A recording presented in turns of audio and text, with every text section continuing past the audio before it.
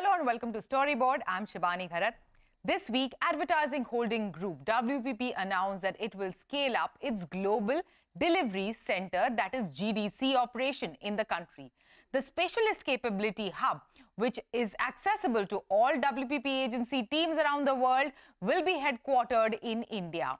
This further investment in India market follows the recent announcement of a new campus in Chennai, WPP's third after Mumbai and Gurugram. So what will GDC enable and expand WPP's scope of offerings? How has the significance of India market grown over the years? We find out from CVL Srinivas, WPP's country manager for India. It was also a week where Omnicom Group and the Interpublic Group, which is IPG, announced their merger with an intent of creating global advertising and marketing powerhouse. How does WPP view the potential merger between IPG and Omnicom in terms of its impact on the competitive landscape? Will the merger come as a threat to WPP's market share in India? Srini is giving his reactions on this as well. CVL Srinivas, welcome to CNBC TV18. Thanks, Shibani. Always a pleasure to be on your show, and welcome back to the WPP campus in Mumbai. Wonderful to be here, Srini. Let's begin this conversation speaking about GDC, Global Delivery Center. Tell us more about it, what has it done and how much India has contributed to GDC so far? Okay.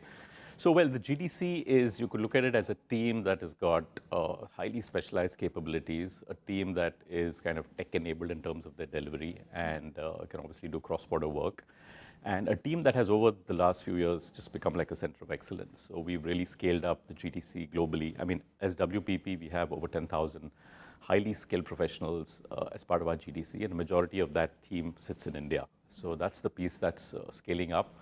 And yeah, so we've got some exciting plans in store. When you say scale up, where did it stand before this and what were some of the solutions delivered before this? Yeah, so if I take you back to like, let's say 5 years ago, pre-pandemic, we already started seeing a lot of traction when it came to tech-enabled delivery, which kind of complements what the rest of the WPP ecosystem brings.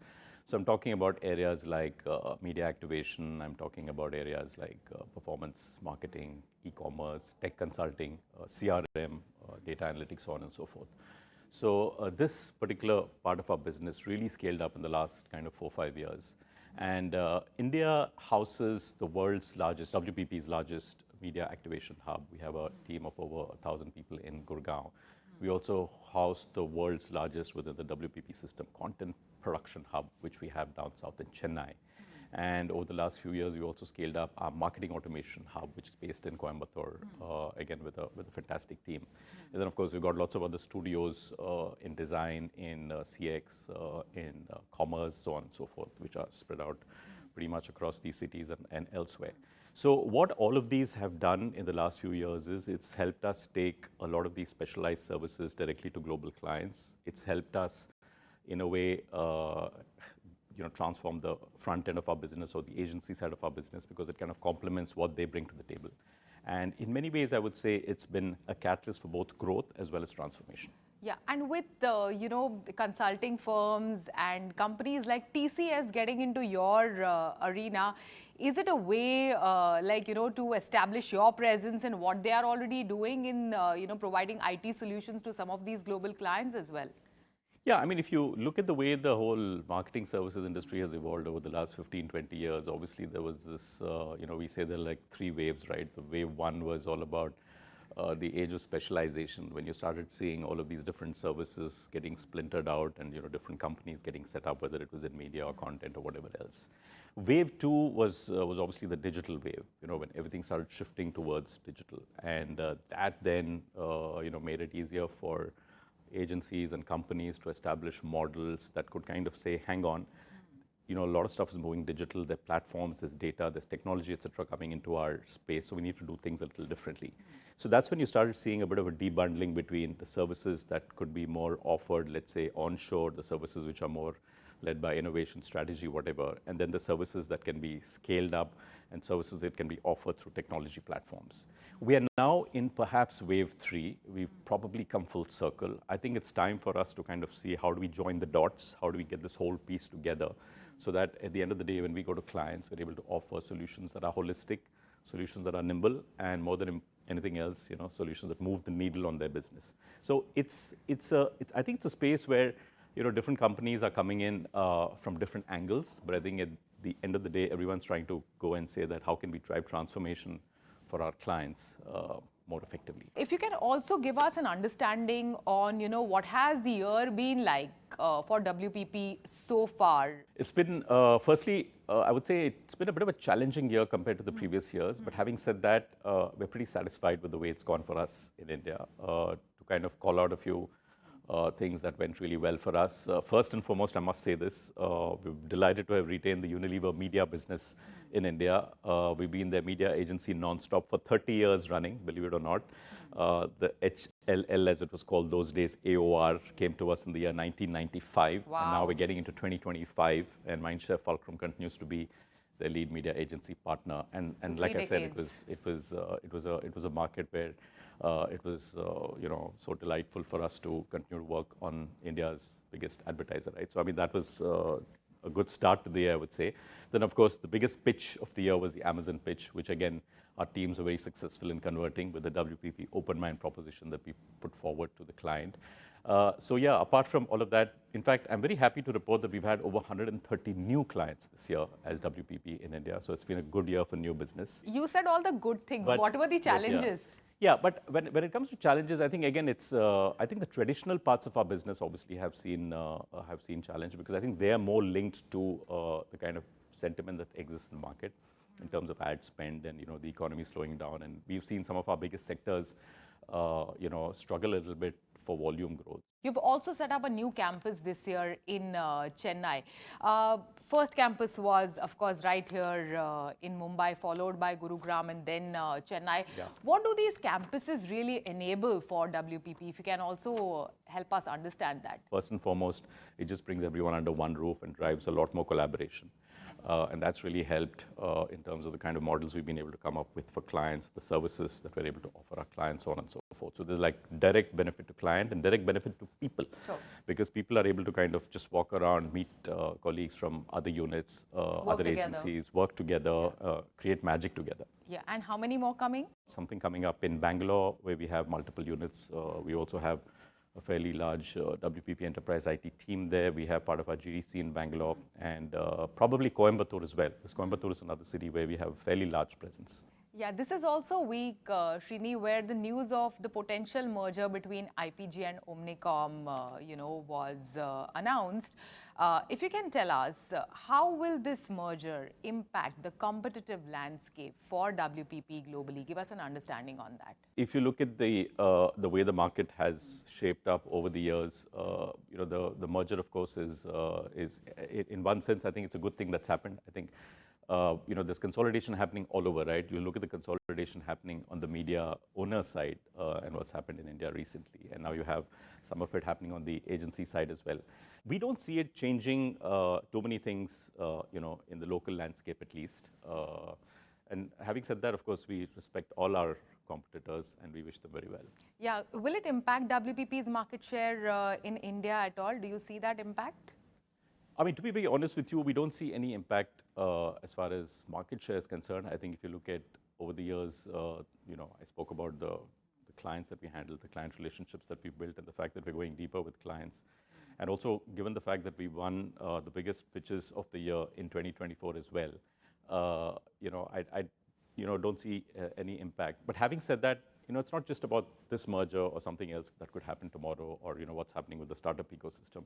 I think for any business to kind of stay relevant, it's important to kind of be on your toes. And the other thing I could probably say is, if anything, this merger has probably put the spotlight on us even more, as a leader in this market. And if you've seen some of the commentary going around, the fact that we've been able to continue to grow our business, and the fact that despite running a pretty large group, in the market. We work pretty seamlessly across our agencies. And what is the current regulatory framework, and is it enough to manage the complexities of these large mergers, considering competing businesses, competing clients within these holding companies? Is it easy at all? Because we saw the last merger falling apart between Publicis and Omnicom about 10 years ago. Yeah, so that, of course, I would want to comment on that because probably there are a host of reasons that have gone into that not working out. But I think when it comes to this, obviously the authorities, whether they're global or local, will do their jobs and they look at it, etc. But you raised a point about client conflict. I think client conflict is something which I think was probably I would say a challenge some years ago or many years ago. I think today it's more about I think there are enough ways and means in which you can kind of ensure that that doesn't become a challenge. And I think it's more about how do you stay relevant and give the best of talent to the different clients that you service. So, yeah. And what does it say about the future of many smaller agencies, the independents, with these giants coming together? Well, I think in a market like India, every agency and every company has a role to play. And I actually have said this before. We work with a lot of the startups, a lot of the younger companies. We have some very creative and partnerships in market where we kind of work together. Of course, some of them sooner or later find it difficult to survive totally as an independent because they need the scale, etc. But look, having said that, I think what has really helped us as a market thrive over the last many years is the fact that we have a combination of agencies, like a portfolio of brands. I mean, it's like a T20 team, right? You need all kinds of hitters to kind of win and to grow the market. So, yeah, and I think the other point that we were chatting before was on the way the industry itself is kind of getting redefined with the kind of players that are coming in. And earlier, I think it was it was easier to kind of define marketing services as a discipline by itself and to put down the 4 or 5 players who kind of sit within that space. But I think today it's changed so much. You have consulting, tech companies, everyone kind of leaning in because of the way the industry has evolved. So yeah, I mean, it's just exciting. Just keeps us charged up to come back every day and do something. Last year when I met Mark Reed, he mentioned how India is one of the top 5 markets for WPP globally. So if you can give us an understanding on how much has India market contributed to WPP's revenue in 2024, and what is your aspiration going forward in 2025? Well, yes, we have continued to remain the fastest growing market for WPP amongst all the large markets all these years and right through 2024 as well. And we're very happy to obviously be counted amongst the top 5 markets of this great company. I mean, I think the way we're growing and looking at other factors, we're probably headed to occupy a slot in the top 3 sometime in the near future. Look, in terms of ambition or a wish or whatever, I just think we have started being a market that not just drives growth but also drives a lot of the transformation through all these new capabilities and all of that we're delivering. And thereby, I think a lot of our people and talent is also getting onto larger roles, be it regional roles or global roles or whatever else. So, whether top 3, top 5, etc., doesn't matter. For me, I think India should really be the number 1 market when it comes to driving innovation, the number 1 market when it comes to providing a talent base to take this company to the next level. And that's where I'm focused on. And that is what Mark's expectation is from you as WPP leader in India? Yeah, I mean, probably you'll have to dial him and ask, but yeah. On a more serious note, yeah, look, I think Mark and the entire leadership team have been extremely supportive. We couldn't have got to where we have without their support. I think they're all very familiar with the market, and I think that helps. They've been here, of course, a number of times. They know all our key clients and so on. And I think the bets that we've taken on India are beginning to pay off. And you will see 2025 onwards a lot more exciting things happening from here. Wonderful. Thank you so much. Thanks for this insightful conversation. Thanks a lot. Thank you. It is time to slip into a short break, but as we wrap 2024, we are finding out about the marketing trends that shaped the year on Meta India platforms from Arun, Srinivas, Director and Head, Ads Business, India at Meta.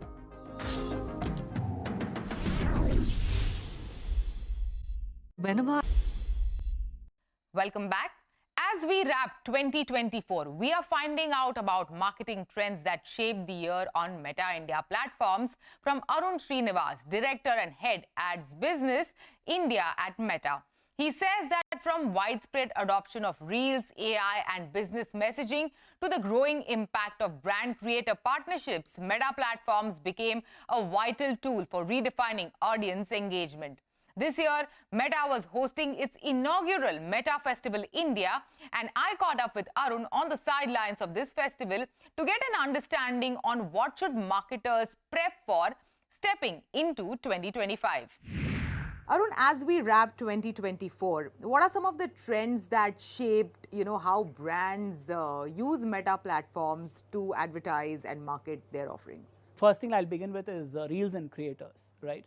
So India is now actually the country with the most number of Reels produced on a daily basis. So we are literally the content powerhouse.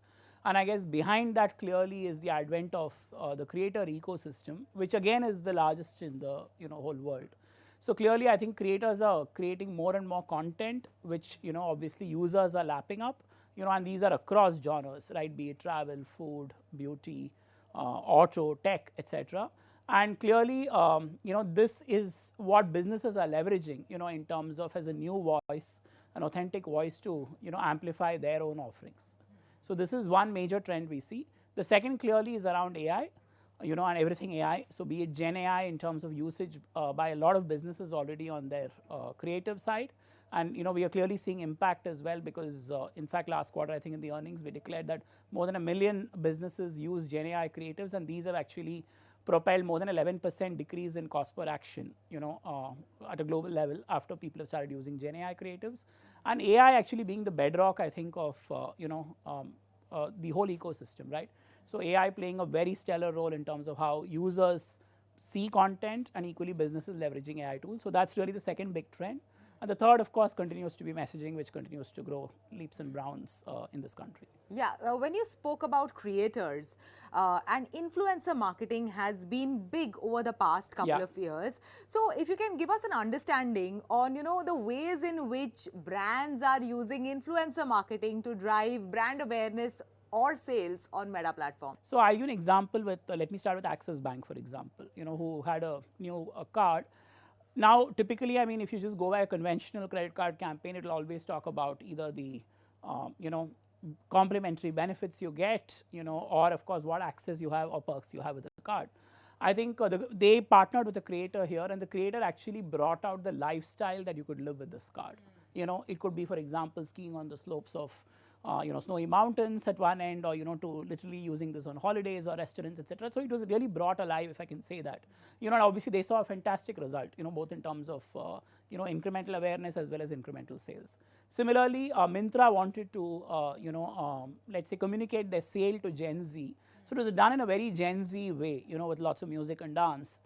In terms of their sale, which was very unconventional again, otherwise you will typically just have a catalog and talk about, what discounts are you getting, etc., at the end of the sale.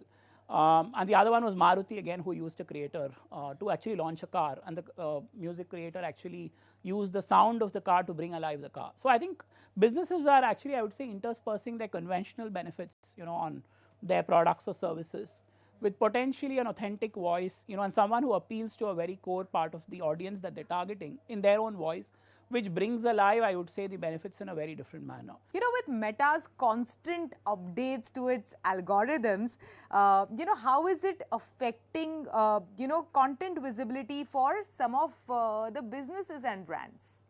See, I think, see what's happening right now is that today, if you look at the content that we see on Instagram or Facebook, more than half the content firstly is video, and more than half the, a lot of the content is not, who you follow.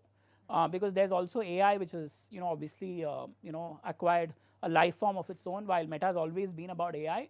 I think with the technological advancements that we are seeing in the world, we've also benefited a lot in terms of how the AI engine is actually sending you more content that you would like. So for example, if I follow on, let's say, only a couple of cricket celebs or Bollywood celebs, I still get a lot more videos from the other, emerging cricketers or emerging stars on the film horizon. And given that, these might be native interests, I might end up spending more time, and that's exactly what's happening.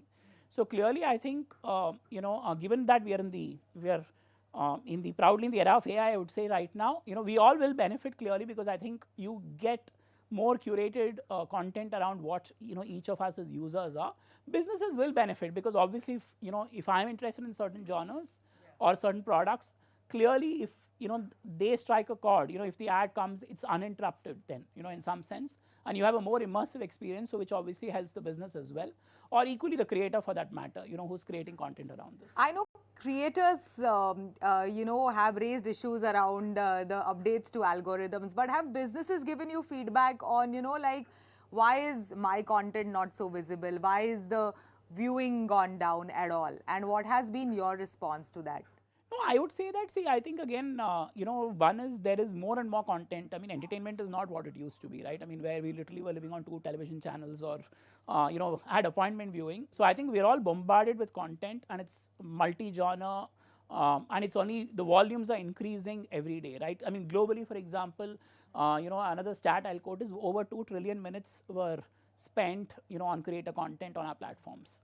Right, so I mean that's the kind of content that we are, era of content we are living in today. So I think businesses will have to creatively, like, I guess, be get more sophisticated, if I can say that, in terms of constantly trying to move the bar up and see how they can engage with their users. And in a world where brands are so obsessed with delivering personalized messages to the consumers, how is Meta using AI to deliver those personalized ads and messages to its consumers, to the consumers of that particular brand or business is using some of your platforms? Yeah. How are you using AI to do that? No, it's a fantastic question, and I think in some sense, again, it's a boon right now to the times we live in. I think if you go back in time, I mean, we all had to produce one asset, render it possibly into different medium, and then splash it across the country. Today, you have the advantage, firstly, of actually configuring multiple creatives within a campaign, and allowing AI to send the right creative to the right person, almost match make, let's say, creative for you, Shibani, versus me, and then actually get both of us to buy. So today, technology allows you to do that. So, you can actually create this host of creatives, embed that into your campaign, and allow the AI to almost do plan A versus plan B, figure out which creative is working better, optimize it for you, rather than us deciding, saying, I think this will work for Shibani and this will work for Arun, or, almost stereotype, all men or women into different buckets, and then, create campaigns for them. So I think in theory, the sky is the limit. You can create as many renders as possible in audio, video form or static form, and actually allow the engine to run, in terms of, I guess that's the times we live in now. Wonderful. Arun, as we wrap 2024 and, stepping foot into 2025, what are some of the key things that, brands, businesses and marketers should keep in mind, while advertising their products and offerings on Meta platforms, considering that the number of users getting on your platforms is only going to increase going forward? See, one is, I think we have to find, businesses and brands have to find a way to really tell their stories in short form, because that's becoming the mainstay video platform in the country. The second is really, and not only that, the future consumer is here. So, because they are clearly not following the old habits that their parents did, or, let's say the older generation did. So how are you actually start talking to a digital first, Gen Z consumer is something I think we all need to start thinking about as businesses and brands, because they will start becoming our consumers in the next 2, 3, 4 years, right? So clearly that's two. And the third one is, there are lots of AI tools. I'd say again, just getting familiar with them would be very critical, because these are going to get more and more sophisticated. So just being there early, experimenting, continuously experimenting, learning will be of essence, so that you have a head start as a business on AI. And lastly, I think, for all those businesses, while many businesses are already, using messaging, I think that's almost in some sense a new call center. So again, how do you start embracing and becoming better at messaging, using AI chatbots, etc., to scale, engage with your consumers will be of essence as you serve, a large mass of consumers. Arun, thank you so much. Thanks for joining us today and sharing insights with us. Thank you so much, Shibani, for having me here. Pleasure as always. Next year is indeed going to be exciting for all, but especially for us, as the world of creativity, innovation and leadership will converge in March 2025 as the Storyboard 18 Global Pioneer Summit takes center stage. Hosted by Network 18, this event will celebrate the transformative power of creativity, exploring how it can drive meaningful change, solve real-world challenges, and inspire bold vision for the future. At the heart of this inaugural edition are speakers like Devika Bulchandani, the global CEO of Ogilvy, who will spotlight the immense potential of creativity to shape industries. Adding to the star-studded lineup is Sir Martin Sorrell, founder and executive chairman of S4 Capital PLC, whose legacy is legendary. Whether you are a visionary entrepreneur, a marketing maven, or a creative trailblazer, the summit promises to leave you with actionable ideas and a renewed sense of purpose. So stay tuned in for more updates. With that, it's a wrap on the show. Goodbye.